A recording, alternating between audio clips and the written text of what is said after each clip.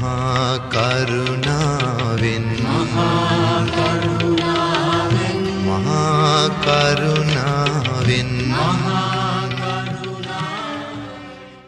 තස්ස භගවතු අරහතු සබ්බ ධම්මේසු අප්පටිහත ඥානචාරස්ස දස බලධරස්ස චතුවේසාරජ්‍ය විසරදස්ස සබ්බ සත්තුත්තමස්ස ධම්මිස්සරස්ස ධම්මරාජස්ස ධම්මස්සාමිස්ස තථාගතස්ස සබ්බඤුනෝ සම්මා සම්බුද්දස්ස නමෝ තස්ස භගවතු අරහතු සබ්බ ධම්මේසු අප්පටිහත ඥානචාරස්ස දස බලධරස්ස චතුවේසාරජ්‍ය විසරදස්ස සබ්බ සත්තුත්තමස්ස ධම්මිස්සරස්ස ධම්මරාජස්ස ධම්මස්සාමිස්ස තථාගතස්ස සබ්බඤුනෝ සම්මා සම්බුද්දස්ස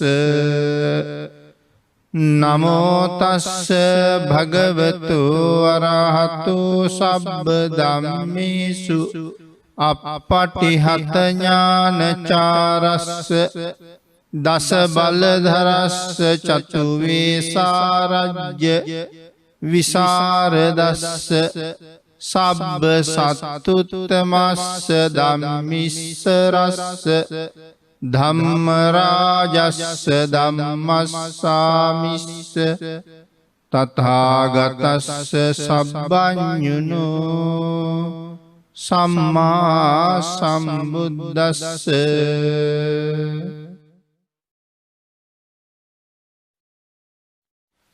සද්ධර්ම ශ්‍රාවක කාරුණික ගුණගරුක බෞද්ධ පින්නතුනි, බොහෝම ශ්‍රද්ධාවෙන් යුක්තව මේ සූදානම් වෙන්නේ ලෞතුරා සම්මා සම්බුදුරජාණන් වහන්සේ විසින් ලෝක සත්වයන් පිළිබඳව අසීමිත දයාවෙන් කරුණාවෙන් මෛත්‍රියෙන් යුක්තව අවබෝධ කරගෙන දේශනා කොට වදාළ පරම ගම්බීර වූ ශ්‍රී සද්ධර්ම රත්නයෙන් අබමල් රේණුවකටත් වඩා අඩු බොහෝම පුංචි කොටසක් දේශනා කරවගෙන ධර්ම ගෞරවය පෙරදරි කරගෙන ඒ දේශනාගත ධර්මයේ ශ්‍රවණය කරන්නත් එසේ ධර්ම ශ්‍රවණය කිරීමෙන් ලැබෙන අවවාද අනුශාසනා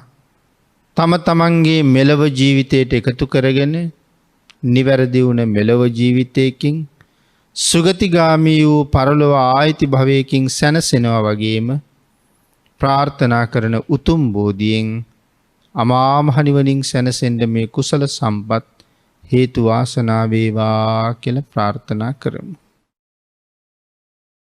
අද ධර්ම දේශනාවේ මාතෘකාව හැටියට මම යොදා ගන්න කල්පනා කළේ ධම්මපද පාළියේ අපමාවද වග්ගයේ සඳහන් වන උතුම් ගාථා රත්නයක්. අපේ බුදුරජාණන් වහන්සේ වේළුවනාරාමේ වැඩ ඉන්න කාලේ තමයි මේ ගාථා රත්නය දේශනා කොට වදාළේ. උට්ඨාන වතෝ සතිමතු සුචි කම්මස්ස නිසම්මකාරී සංඤ තස්සච ධම්ම ජීවිනෝ අප්පමත්තස්ස යසෝ භිවද්දති. බුදු පියාණන් වහන්සේ මේ ගාථා රත්නයේ දේශනා කොට වදාළේ කුම්භඝෝෂක කියලා කියපු සිටු පුත්‍රයා ආරමුණු කරගෙන. බුදුරජාණන් වහන්සේ වැඩ ඉන්න කාලේ බොහෝම දරුණු රෝගයක් පැතිරෙන්න පටන් ගත්තා. අහිවාතක කියලා. වර්තමානයේ තියෙන වසංගත රෝග වලට වඩා ඊටාම භයානකයි. හුළඟෙන් තමයි බෝ වෙන්නේ. අහි කියලා කියන්නේ සර්පයාට. සර්ප විස වගේ විසක් හුළඟේ පාවෙලා යනවා. මේ රෝගය හැදුන සියලු දෙනාම මැරෙනවා. ඉස්සරලාම මැරෙන්නේ රෝගය හැදුන ගෙදර ඉන්න සත්තු සිව්පාවෝ සහ කුඩා සත්තු. ක්‍රමක්‍රමයෙන් දරුවෝ මැරිලා, අම්මා මැරිලා, තාත්තා මැරෙනවා. බිම්බිසාර මහරජුරුවන්ගේ රාජ්‍යයේ 80 කෝටියක් ධනෙ තිබුණ අය, ඊටත් වඩා වැඩියෙන් ධනෙ තිබුණ අය සහ 40 කෝටියක් වගේ ධනෙ තිබුණ අයත් හිටියා. මේ කතාවේ සඳහන් කරන්න හදන මේ සිටු ගෙදර 40 කෝටියක ධනවතුන් ජීවත් වුණා. 40 කෝටියක් තරම් ධනෙ තියෙන පිරිසක් සිටු පවුලක් ගැන තමයි මේ කතාව සඳහන් කරන්නේ.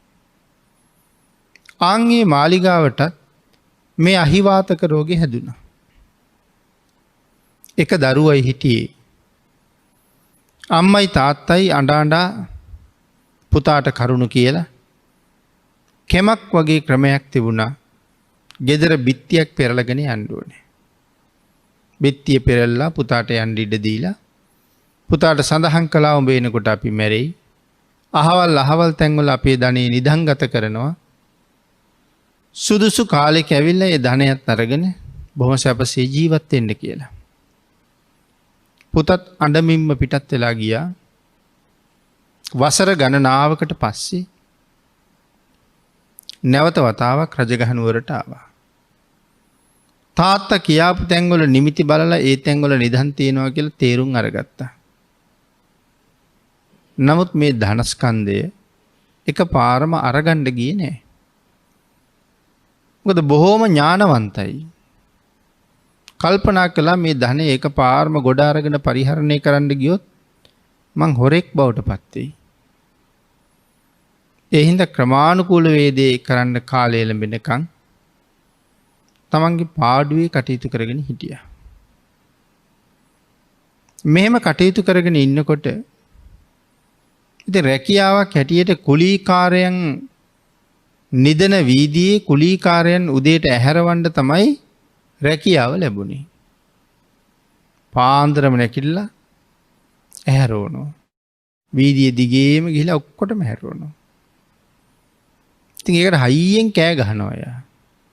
ඒක තමයි කුම්භඝෝෂක කියලා කිව්වේ. බිම්බිසාර රජුරවන්ටත් මේ හඬ ඇහෙනවා. රජුරු හරි දක්ෂයි. විශේෂයෙන් අනුන්ගේ හඬ පිළිබඳව නොයෙක් දේවල් කියන්න පුළුවන්. මේ හඬ අහලා රජුරු කියනවා මහා ධනපතියෙක් කියලා. රාජපුරුෂයෝ කියනවා නෑ ස්වාමීනි ධනපතියෙක් නෙමෙයි. රජුරු පහවදත් කියනවා මහා ධනපතියෙක්. අනික් අය කියනවා නෑ කියලා. රජුරු ඊළඟ දවසෙත් කියනවා මහා ධනපතියෙක්. ආන් ඊට පස්සේ රජමාලිගාවේ කාන්තාවක් තමන්ගේ දුවත් එක්ක පිටත් වුණා. මොහු ධනපතියෙක්ද නැද්ද කියන එක හොයලා බලන්න ඕනේ කියලා. කොහොම හරි මේ දෙන්න ඒ ගෙදර නවතින්න අවස්ථාව ඉල්ල ගන්නවා. ක්‍රමක්‍රමයෙන් දුවගේ ස්වාමියා බවටත් කුම්භඝෝෂක පත් කරගන්නවා. ඊට පස්සේ රජ්ජුරුවන්ට පණිවිඩයක් කියලා කුම්භඝෝෂකට කියනවා රජ්ජුරුව පණිවිඩයක් එවලා තියෙනවා. කුලීකරුවන්ගේ වීදියේ සැනකෙළි පවත්වන්න කියලා. ඉතින් එහෙම සඳහන් කරාම කුම්භඝෝෂකට ගොඩක් තරහ යනවා.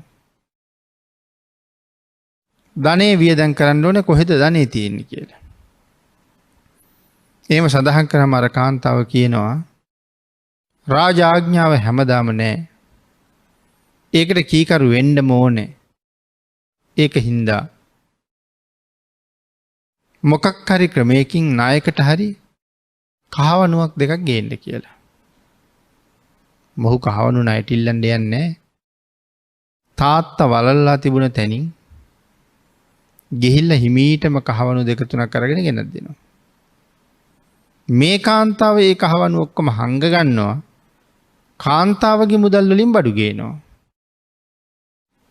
මෙහෙම අවස්ථා කීපයකම කහවණු ඉල්ලගත්තා.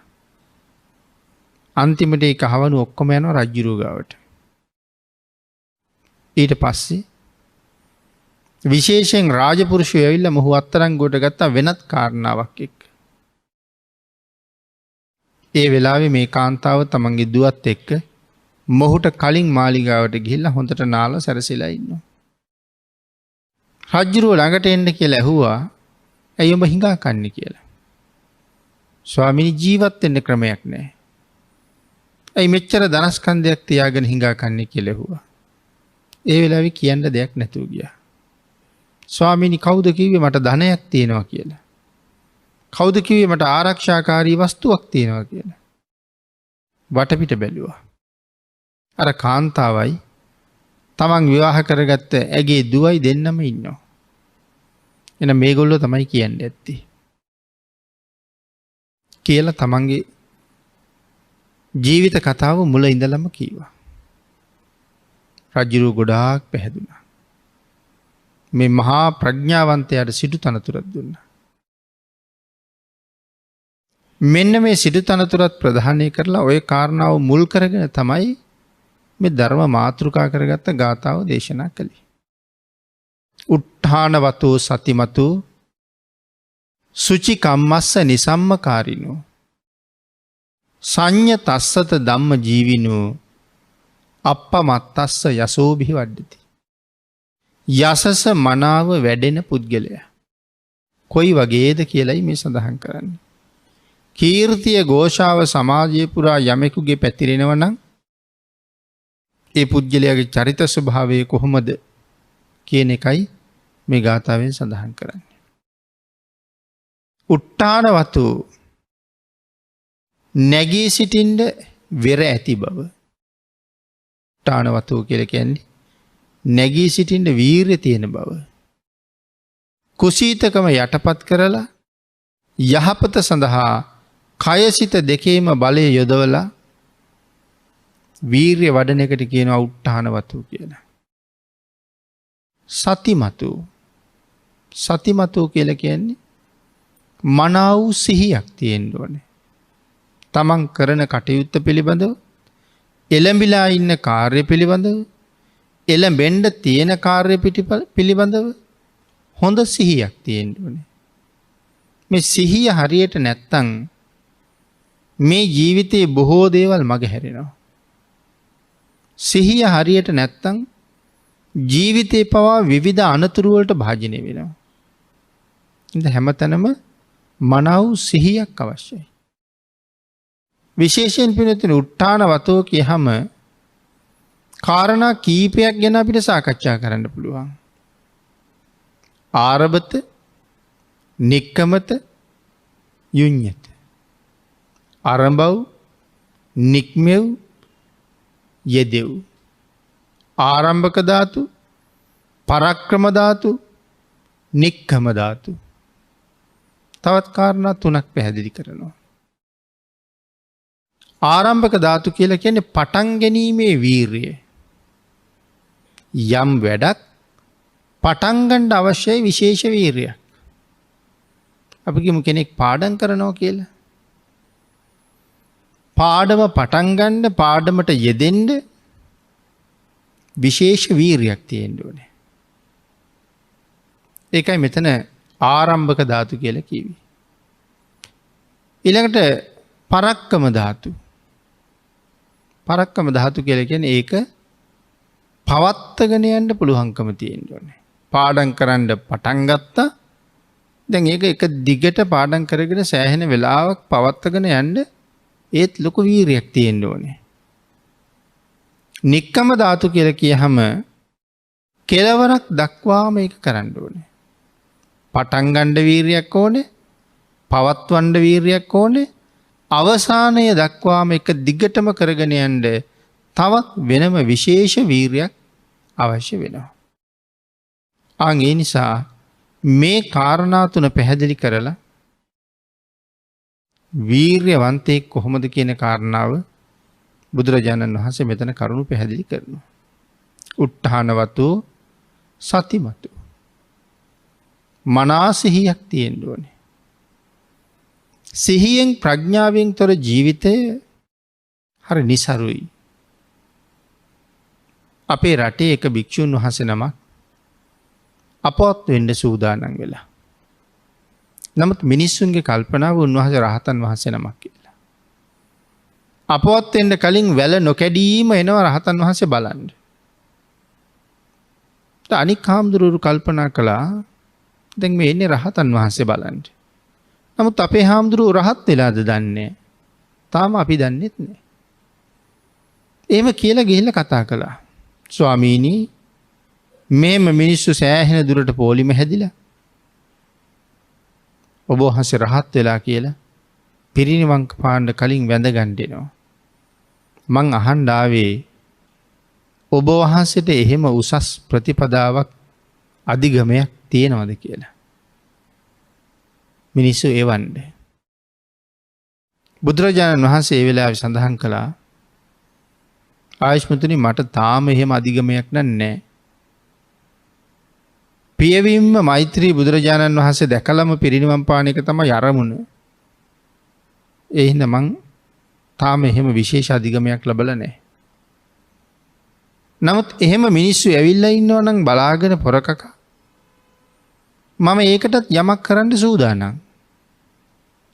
එහෙනම් මාව ඉඳවන්නකෝ ඇඳේ කියලා කිව්වා. ඒ කියන්නේ දැන් තනියම ඉඳ ගන්නවත් බෑ. මම ඇඳේ ඉඳවන්න කියලා කිව්වා. ඉඳෙව්වට පස්සේ ඒ ඉඳගන්න උදව් කරපු භික්ෂූන් වහන්සේට සඳහන් කළා දැන් යන්න දොර ටිකක් වහගෙන යන්න කියලා.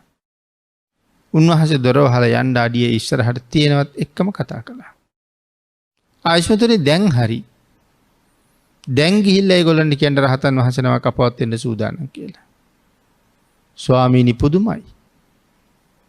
මම මේ දොර වහලා එළියට යන නිමේෂයට වහන්සේ රහත් වුණාද? ඒ වෙලාවේ සඳහන් කළා රහත් වෙනවා කියන එක නෙමෙයි අමාරු. සඳහන් කළා මගේ මේ මුළු පැවිදි ජීවිතය තුළ උන්වහන්සේ දේශනා කරනවා. සිහිය ප්‍රඥාව නැති කිසිම වැඩක් මම කරලා නැහැ. සිහියෙන් ප්‍රඥාවෙන් තොරව කරපු කිසි වැඩක් නැහැ. එහෙමනම් මෙන්න මේක තමයි අමාරු වැඩි. රහත් වෙන එක අමාරු නෑ. සිහියෙන් ප්‍රඥාවෙන් හිත පිහිටවාගෙන කටයුතු කරනවා කියන එක ඊටම අමාරු වැඩ. කියන කාරණාව පැහැදිලි කළා. මනාව කොහොමද සිහි ඇතුව කටයුතු කරන්නේ? ප්‍රඥාව ඇතුව කටයුතු කරන්නේ.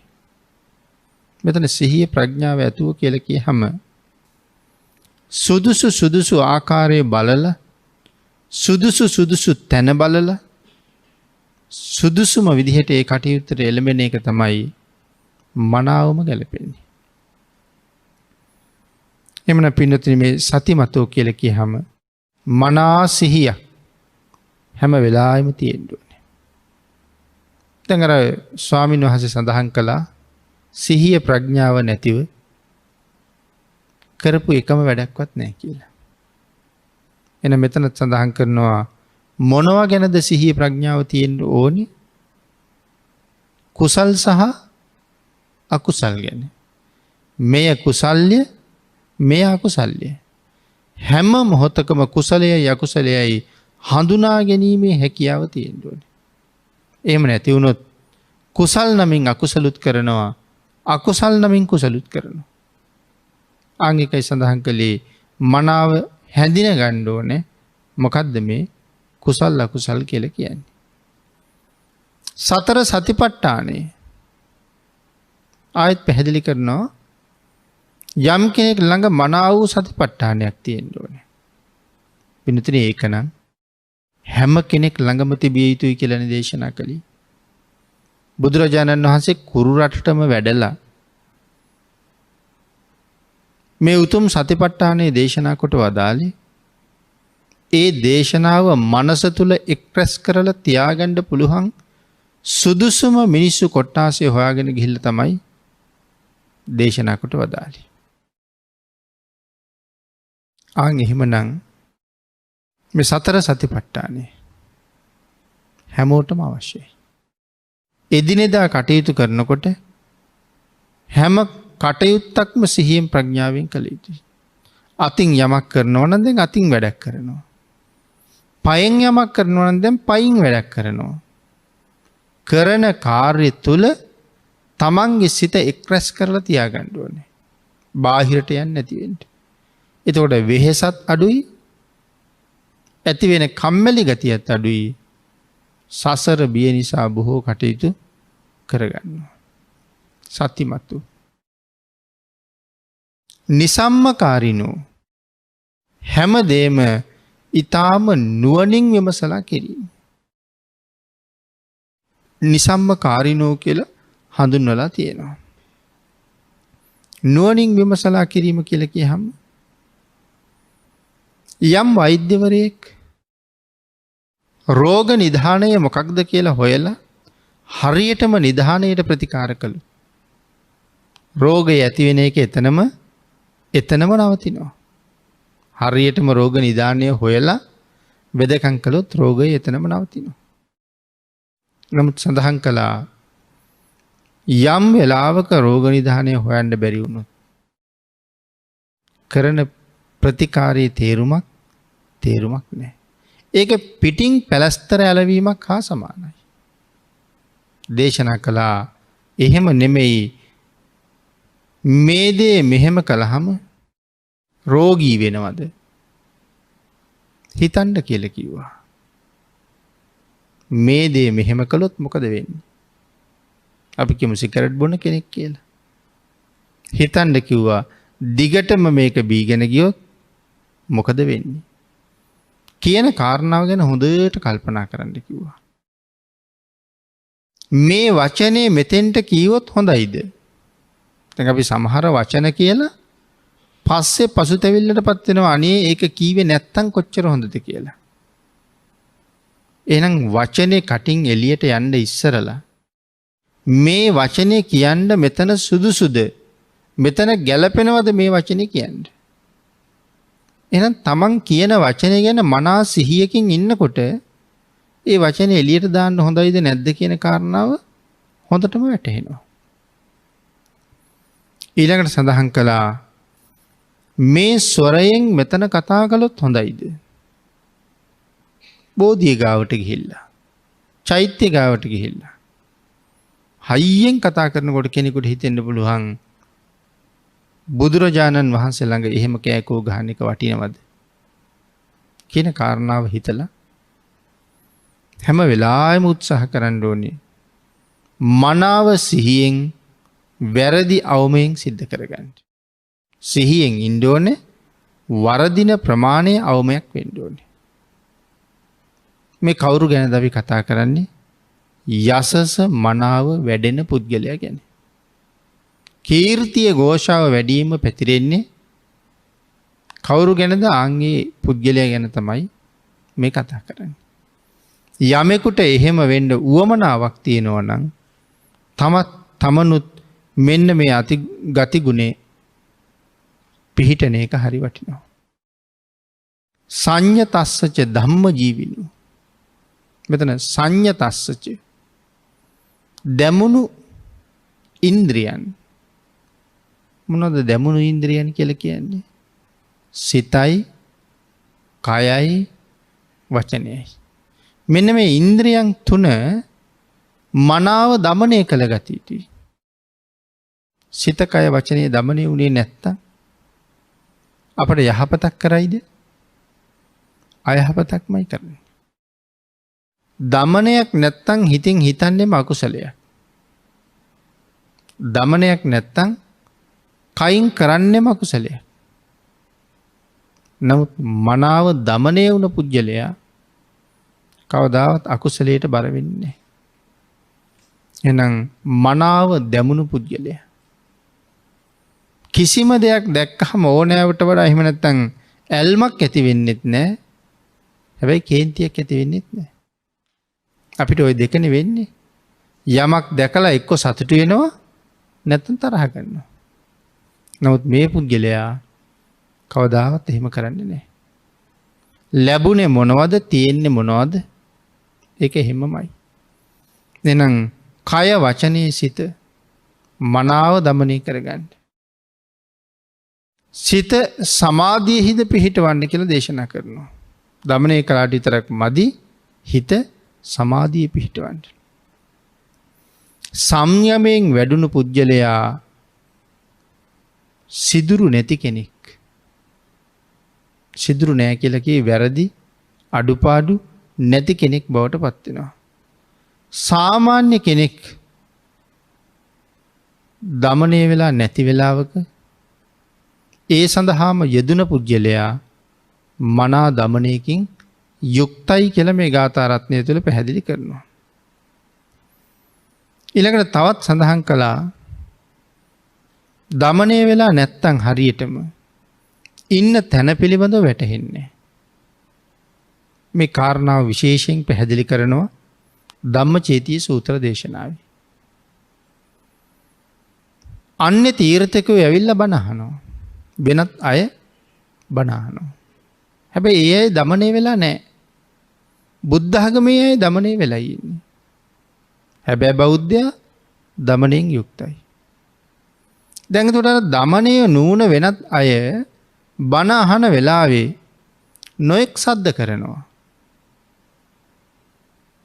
එතකොට බුදුරජාණන් වහන්සේගේ ශ්‍රාවකයෙකුට ඕනකම තියෙනවා සද්ද කරන්න එපා කියලා කියන්නේ. සද්ද කරන්න එපා කියලා මං කටින් කීවොත් එතනත් තියෙන සද්දය. මං කියන්නේ සද්ද කරන්න එපා කියලා. නමුත් ඒක කියන්න මමත් සද්ද කරනවා. ආන් ඒ හින්දා සඳහන් කළේ ඒ කාරණාවත් අතින් පෙන්වන්නේ නැහැ. හැබැයි අර අන්‍ය තීර්ථක ශ්‍රාවකයාට තමන්ගේ පයේ දන හිසෙන් අයින්නවා. දන හිසෙන් ඇනලා ඇහෙන් කියනවා සද්ද කරන්න එපා. අපේ ශාස්ත්‍රුන් වහන්සේ ධර්ම දේශනා කරන වෙලාවට සද්ද කරන්න එපා කියලා ඇහෙන් කියනවා.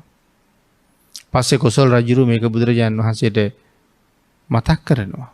ස්වාමීනි මම රජෙක්. මට කරන්න බැරි දෙයක් නෑ. ස්වාමීනි මම ගාව හිටියා ඉසිදත්ත පුරාණ කියලා දෙන්නේ.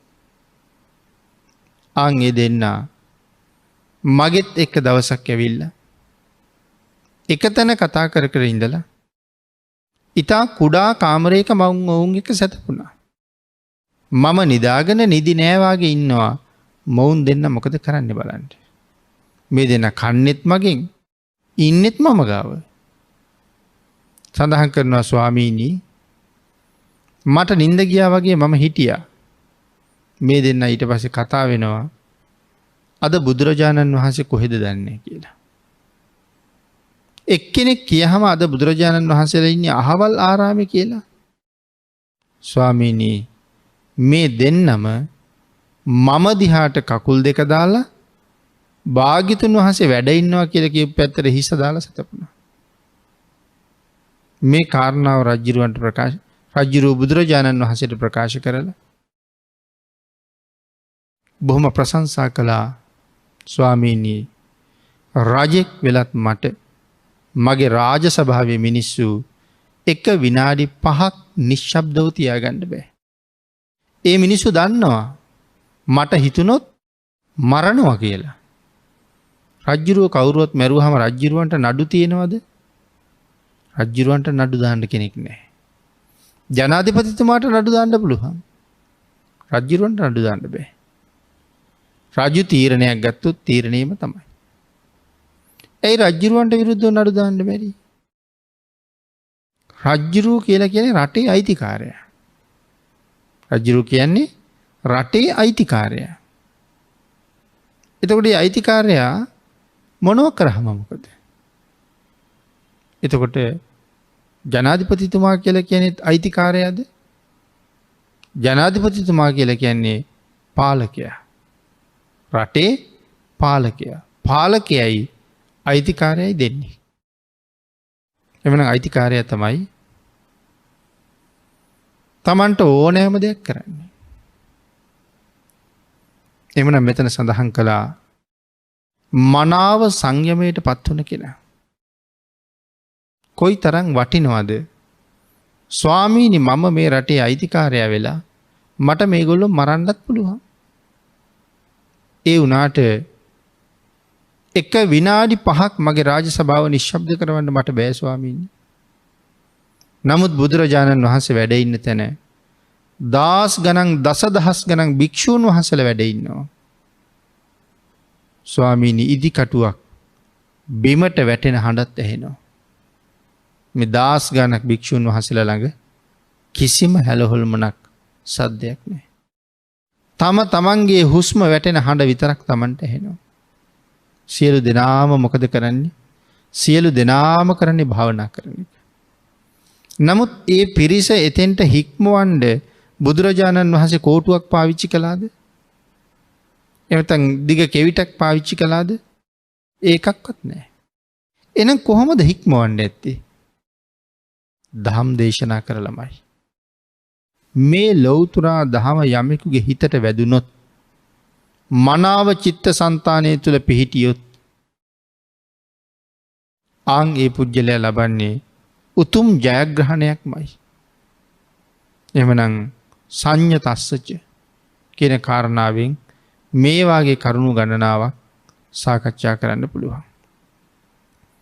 ධම්ම ජීවිනෝ මොකද මේ ධම්ම ජීවිනෝ ධාර්මික දිවි පැවැත්ම. ගිහි කෙනෙක් නම් පවින් වැළකීලා ධාර්මික ධනෝපායන ක්‍රම 5ක් විතර භාග්‍යතුන් වහන්සේ දේශනා කළා. ධනය උපයන ධාර්මික ක්‍රම. මොනවද ධනය උපයන ධාර්මික ක්‍රම? ධාර්මික ක්‍රම හැටියට දේශනා කළා ගොවිතැන,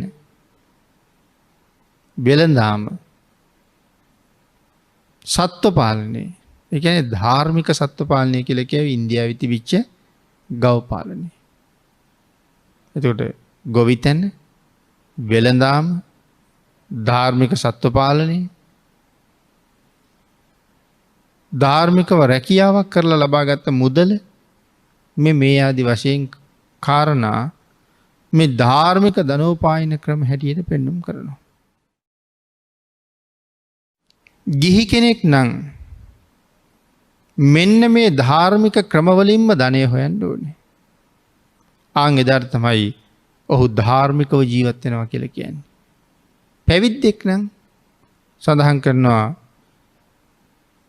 එක්විසි අනේසනයන්ගෙන් මිදිලා මනාව සිල් ගුණ ආරක්ෂා කරගෙන යම් පැවිද්දෙක් කටයුතු කරනවා නම් ඒ ඊතා ධාර්මිකයි කියලා.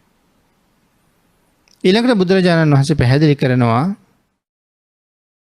අප්පමත්තස්ස. මොකද්ද මේ අප්පමත්තස්ස කියලා කිව්වේ? අප්‍රමාදී බව, පමා නැති බව, වහවහ යහුසුළු වෙන බව, ඊටාම උනන්දු වෙන බව, ඊටාම ඉක්මන් වෙන බව. මේ කටයුතු ඔක්කොම මේ අප්පතස්ස කියන එකේ තියෙනවා. අප්පමත්තස්ස කියන එක ඇතුලේ තියෙනවා. සත්තු අතර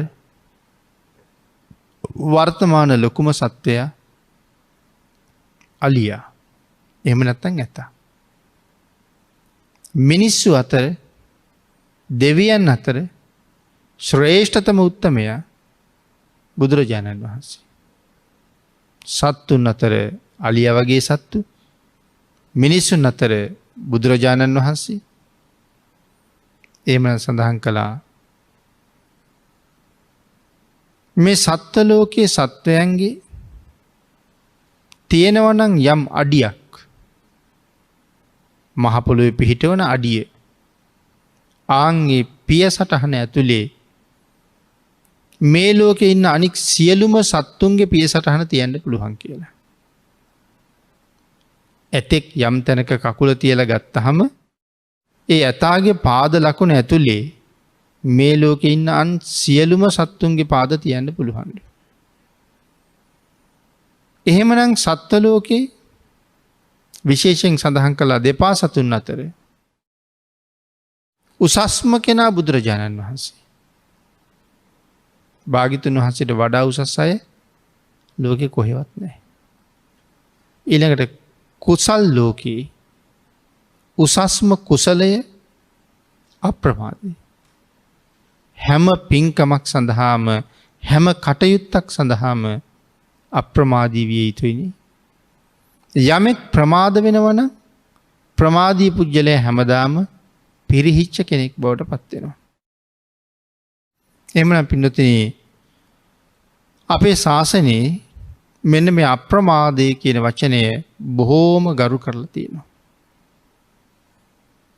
යම් කෙනෙක් ළඟ මෙන්න මේ කතා කරපු උතුම් ගතිගුණ තියෙනවන. ඒ පුද්ගලයාගේ යසස මනාව වර්ධනය වෙනවා. එනම් මොන ගතිගුණ තියෙනවන්ද පුද්ගලයා ළඟ උට්ටානවතු උට්ටාන වීර්ය තියෙනවා. සතිමතු මනාව සිහියක් තියෙනවා. සුචිකම් මස්ස එකන්නේ පිරිසිදු කර්ම සුචි කියලා කියන්නේ පිරිසිදු. අසුචි කියලා කියන්නේ අපිරිසිදු. එනම් මෙතන කීවේ සුචිකම් මස්ස නිසම්මකාරීනු. යමෙක් පිරිසිදු කර්මවල යෙදෙනවාද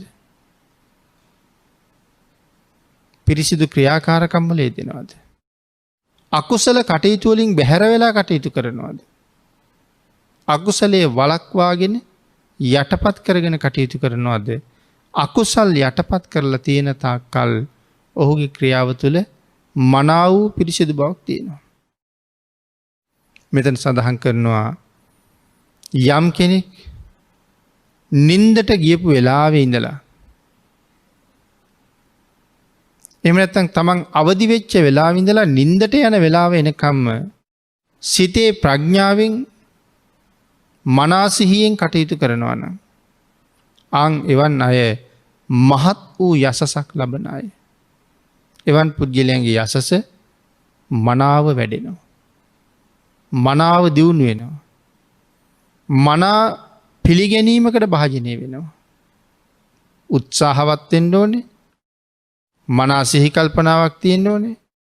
පිරිසිදු කර්මාන්තවල යෙදෙන්න ඕනේ. දමනය කරගත්ත ඉඳුරන් තියෙන්න ඕනේ. දමනය කරගත්ත ඉඳුරන් කියලා කියහම සිතයි, කයයි, වචනයයි මනාව දමනය කරන්න ඕනේ. සංයතස්සච ධම්ම ජීවිනෝ අපමත්තස්ස යසෝබි වඩ්ඩති. අප්‍රමාදී බව තියෙන්න ඕනේ. ආන් ඒ පුද්ගලයාගේ යසස මනාව වැඩෙනවා කියලා දේශනා කළා. එහෙමනම් පින්නතෙනි මේ ලෝකේ යම් සත්‍යයක් දියුණුව කැමතිද? ආන්ගේ දියුණුව කැමති වෙන සත්වයා තුළ තිබිය යුතු උසස්ම කාර්යයෙන් එකක්. යමෙක් දියුණුව කැමති නම් ඒ පුද්ගලයා තුළ විශේෂයෙන් තියෙන්න ඕනේ සිල්. යමෙක් ගාව මනා සීලයක් තියෙනවා නම් ඔහු ඒකාන්තයෙන්ම දියුණු වෙන පුද්ගලයෙක්. එහෙමනම් විශේෂයෙන් සඳහන් කළා මේ ලෞකිකත්වයේ දියුණුව මනාව තහවුරු කරපු කාරණා ටිකක්.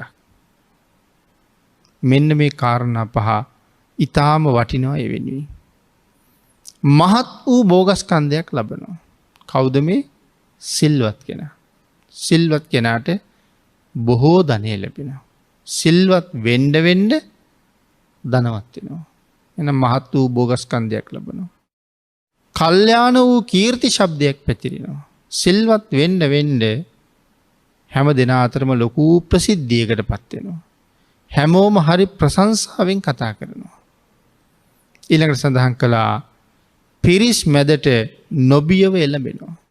සිල්වත් කෙනා. පිරිස අතරට යන්න බය නැහැ. ඒ හොඳම අවිය තමන් ගාව තියෙනවා මොකද්ද? සිල්වත් බව. සිහි මුලා වෙලා කලුරිය කරන්නේ. මරණාසන්න වෙනකොට අසිහියක් නැහැ. සිල්වත් කෙනා සිහියෙන් කල්පනාවෙන්ම ජීවිතයෙන් සමගන්නවා. අවසානට සඳහන් කළා සිල්වත් කෙනා මරණින් මත්තේ සුගතියේ උප්පත්තිය ලබනවා. එහෙනම් සිල්වත් කෙනාට ආනිසංස කීයක් ලැබෙනවද? 5යි. මහත් වූ භෝගස්කන්ධයක් ලැබෙනවා.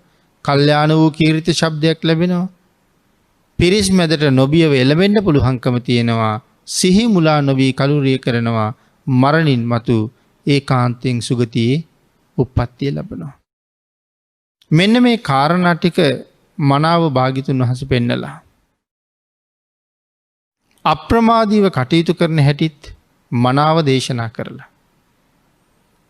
යසස මනාව යම් කෙනෙක්ගේ වැඩෙනවා නම් ඒ යසස වැඩෙන පුද්ගලයෙක් තුළ තිබිච්ච ගුණාංග ටිකත් පෙන්නලා කරුණු කාරණා පැහැදිලි කරලා ධර්ම දේශනාව සිද්ධ කරන්නට යෙදුණා මේ කුම්භඝෝෂක නිසා.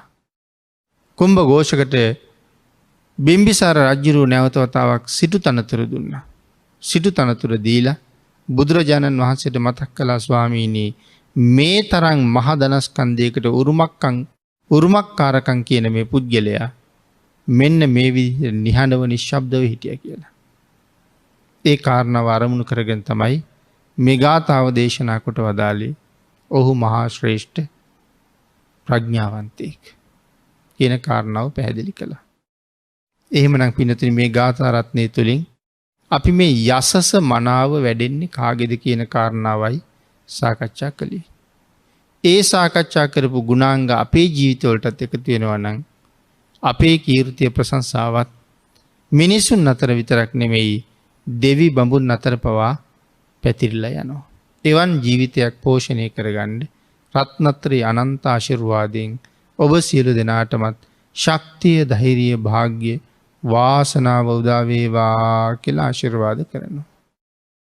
පින්වත්නි අද මේ උතුම් ධර්ම දේශනාවේ දායකත්වයේ දරනු ලබන්නේ අනුරාධපුර ගලෙන් බිඳුනු වැව පදිංචි සීලවතී මෑණියන්, සීලවතී මැණිකේ උපාසිකා මාතාව, පද්මා කුමාරී උපාසිකා මහත්මිය, ප්‍රසන්න අබේ බණ්ඩාර උපාසක මහත්මයා යන පිරිස. උතුම් අරමුණ ජී.ජී. පියදාස මහතා, එස්.ජී. පීටර් මහත්මයා යන දෙපළට පින් අනුමෝදන් කිරීමත්, දේශකයන්න් වහන්සේ ඇතුළු බෞද්ධ නාලිකාවේ කාර්ය මණ්ඩලයේ සියලුම දෙනාටමත්, ප්‍රසන්න අබේ බණ්ඩාර මහත්මයා ඇතුළු පවුලේ සියලු දෙනාටම ආශිර්වාද කිරීමත්, එස්.ජී. අනුර මහත්මයා ඇතුළු පවුලේ සියලු දෙනාට ආශිර්වාද කිරීමත්, විකුම් විජේකෝන් මහතා ඇතුළු පවුලේ සියලු දෙනාටමත් සහභාගී වන සියලු දෙනාටමත් ඒ අයගේ පවුල් වල අයටත් ලංකාවාසී ලෝකවාසී සියලු දෙනාටමත් ඇති වී තිබෙන වසංගත තත්වයෙන් කිසිදු කරදරයක් නොවි සුවපත් භාවය ලබා ගන්න රත්නත්‍රී ආශිර්වාදය ප්‍රාර්ථනා කරන බවත් මේ සත්පුරුෂ පිරිස විසින් සිහිපත් කරනු ලබනවා. දායක පිරිස විසින් පින් අනුමෝදන් කළ සියලු දෙනාටම පින් අනුමෝදන් වේවා. ආශිර්වාද කළ සියලු දෙනාටම රත්නත්‍රී ආශිර්වාදයෙන් නිදුක් නිරෝගී භාවයේ චිරජීවනයේ උදා වේවා. ඊ타ම ඉක්මන් භවයක ඊ타මත්ම කෙටි කාලයකින් සැප සහිත ප්‍රතිපදාවකින් උතුම් චතුරාර්ය සත්‍ය ධර්මය අවබෝධ කරගන්න මේ කුසල් හේතු වාසනා වේවා කියලා ප්‍රාර්ථනා කරනවා. ආකාසට්ඨා ච බුම්මට්ඨා දේවා නාග මහිද්దికා පුඤ්ඤන්තං අනුමෝදිත්වා චිරං රක්ඛන්තු ලෝක සාසනං දේවෝ වස්සතු කාලේන සස්ය සම්පatti හෝතු ච පීතෝ භවතු ලෝකෝ ච රාජා භවතු ධම්මිකෝ.